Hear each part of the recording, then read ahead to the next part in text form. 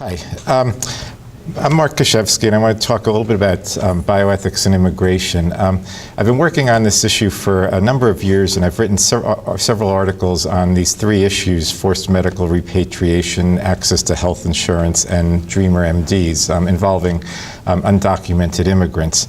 And basically, what I'm going to try to argue is that by looking at each of those issues individually, I've come to the conclusion that ethics really requires us to treat undocumented persons as full members of the community. That in fact, I come at it from the side that our institutions actually work better if we treat them as full members of the community. And I think this then has implications for the question of a path to citizenship as well for the undocumented. I think that a bioethics approach is kind of good because really the problems presented in in the clinical ethical setting, but also starting with the kind of approaches that are mainstream in bioethics, like a case-based approach, which I consider like the casuistry of Johnson and Toulmin, which, as we kind of discovered over the years, works on cases, but then kind of opens outward a little bit to think about the values and the institutions that we're talking about, the values of the professions, and become thematic to really we're looking at the common good and the values of the community ultimately. I also tend to reference the philosopher Michael Walzer in these things, because I think that part of what the casuistic approach shows us is that we are often talking about a sphere of justice, which was the term he coined, to say that not every institution or every part of our life works with the same values, that the values that are appropriate on Wall Street aren't necessarily the same values that are appropriate in a nonprofit institution. We can sometimes say in healthcare everything's about money, but we don't literally mean that. There are other ends of our healthcare institutions, such as the health of the community, and those things are important in resolving ethical issues.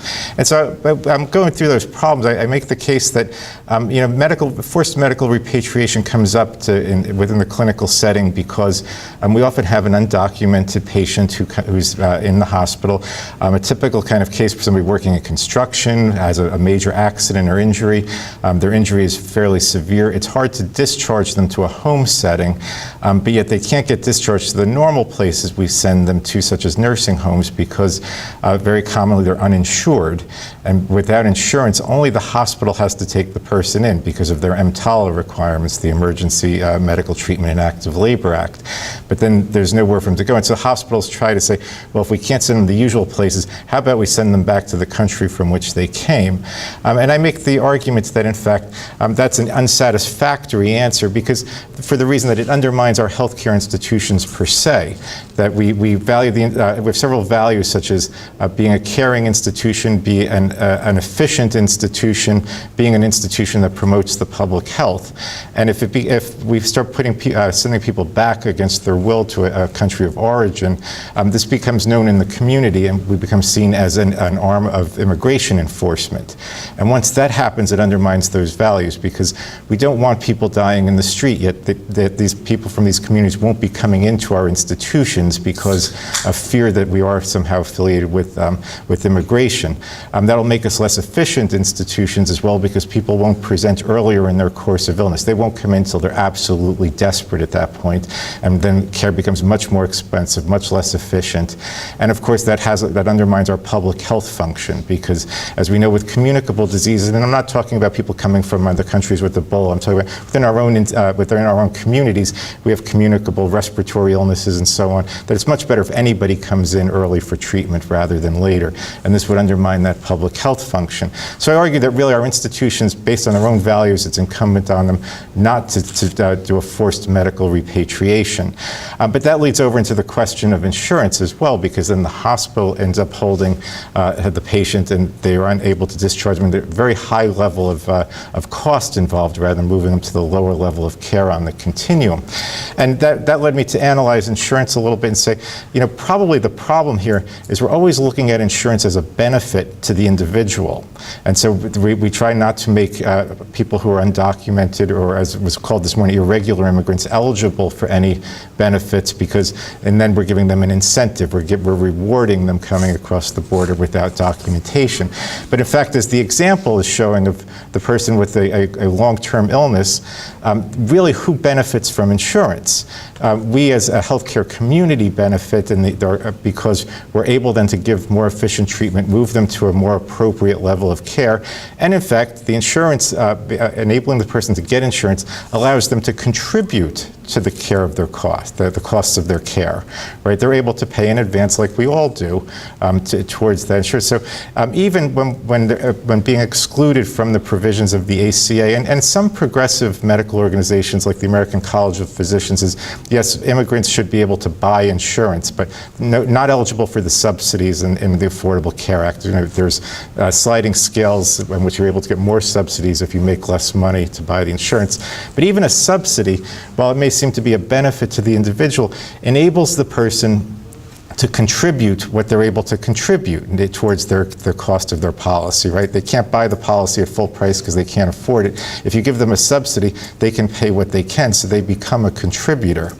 And so I argue that, in fact, they should be eligible for all levels of health insurance benefits, even down to Medicaid, because, again, that will help the system. It helps people to come in and be more efficient and go to levels of care that are appropriate. So we need to reverse the concept of benefit and really start to think of health insurance as a way to participate in your care, a way to contribute. And so part of what's happening as I go through these issues is we're starting to see that we have a choice whether to make people freeloaders or whether to make people contributors. And it just becomes a kind of self-fulfilling prophecy, and we can choose to engage in a vicious circle or a virtuous circle. The last issue that I've been writing about a great deal recently is undocumented students who come here prior to the age of 16, have been here a long time, been educated in our country on the grammar school or high school levels, and then want to go on to medical school. And so some people say, oh, they shouldn't be able to do that because you're rewarding people for bad behavior. In this case, mostly for their quotes, their parents' bad behavior because they brought the children here young. But very quickly, as we analyze the issue, we start to see that, again, we could turn away people who are very talented, who've come through the system and achieved all the things they need to rise to the elite and go to medical school. And we notice that, in fact, they bring additional skills. They're bilingual, bicultural. They're incredibly well suited to serve underserved populations that need service. In fact, most analyses show that being from those communities, they're far more likely to return and serve those communities than the average physician. And so we then have a choice, again, whether to utilize these resources and steward them, these human resources, or whether to sort of cut off our nose to spite our face and say, no, you can't come in. So our school, our medical school, really led the way within the last couple of years in bringing in a number of dreamers and making a loan program that's based on public health service loans in order to incentivize them to go back and serve underserved communities. So again, we're really looking here at the fact that people over time, just by their presence, are members of our community. They participate in the life of our community, and the answer to most of the ethical conundrums are really allowing them full participation in the life of the community rather than truncating that participation. As they stay within the community, they develop their potential abilities and skills that can contribute further to meeting the needs of that community. There comes to be a kind of reciprocal equity interest between the community and the individual. By being here, they're gaining access to the life of the community, which is in fact forming them, as in the case of the dreamers most clearly, but also their parents, right? They're living in the community, they're changing, they're benefiting, and they're also contributing through their labor and through other kinds of things. And so as an undocumented immigrant is the same as any other person in the community, in that the community has an investment in that person, and the immigrant also gains an equity interest in the community through the contributions. And so to waste those human resources is probably morally mistaken. Of course, it is challenged sometimes by people, right? By philosophers as well. What if somebody said, it's fine to say that undocumented immigrants should have access to health care, should even be able to get driver's license, right? There are other things that work like this. The driver's license programs, the sanctuary communities movement is about also enabling immigrants to call the police, right? And not have their immigration status challenged, because it makes everybody safer rather than allowing lawlessness to run rampant. And so somebody might say, they can do all these things, even for a short period of time, but the community did not choose to admit them. So can't the community say, enough is enough, and you have to leave? In other words, maybe if it's not the hospital, why not have ICE raid the workplace and deport people? And on this conventional assumption, the communities are their own decision makers, can decide the criteria of membership and who gets in. And so does that mean that the choice of the community is beyond all moral evaluation? And so I think the conventional assumption that the community can decide to just remove these individuals is wrong for two main reasons. First, living within a community causes this reciprocal investment between the community and the person. Unless communities have no duty to steward the human resources available to them, they should develop a citizenship pathway in order to maximize the contributions of those in whom the society has already attained an interest and from whom it receives contributions. This would simply be entailed by the duty of the community to foster the common good of the members of that community. Second, and relatedly, the presence of large numbers of undocumented immigrants making contributions to the community suggests that there were contributions which the community probably needed, that it was not fulfilling through its volition.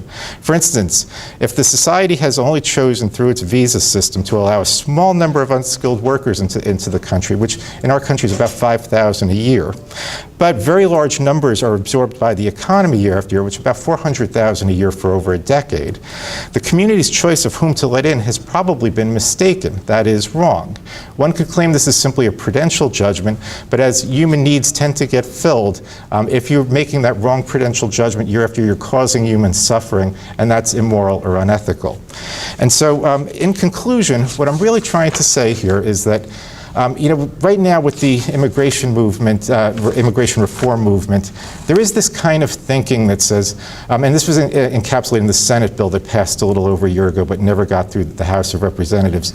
Okay, can't remove 11 or 12 million people, give them all a pathway to citizenship, but never again. So we're going to really tighten the border, never let anybody in again, and that way, it'll be kind of fair. We'll still get to use the conventional assumption that this is a choice.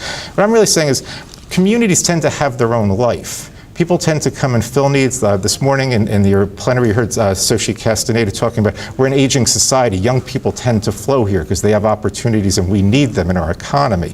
And so our thinking and our choices as a political society will probably always run behind our needs and our thinking that way. And so it probably is best for us always to say, membership in a community is partially determined by presence and by the idea of stewarding resources, and to see it as a natural process, as more human community is more organic than chosen all the time. And so that's pretty much where I'll stop. Again, referencing Stephen Toulmin, remember the famous article, How Medicine Saved the Life of Ethics? And really his argument was that we were always thinking in terms of analytical thinking, but that, which led to sort of relativism, but that medicine kind of went with human need and put us focused on something objective. And I think that with immigration, we need to go back to thinking about human need and human communities. Thank you.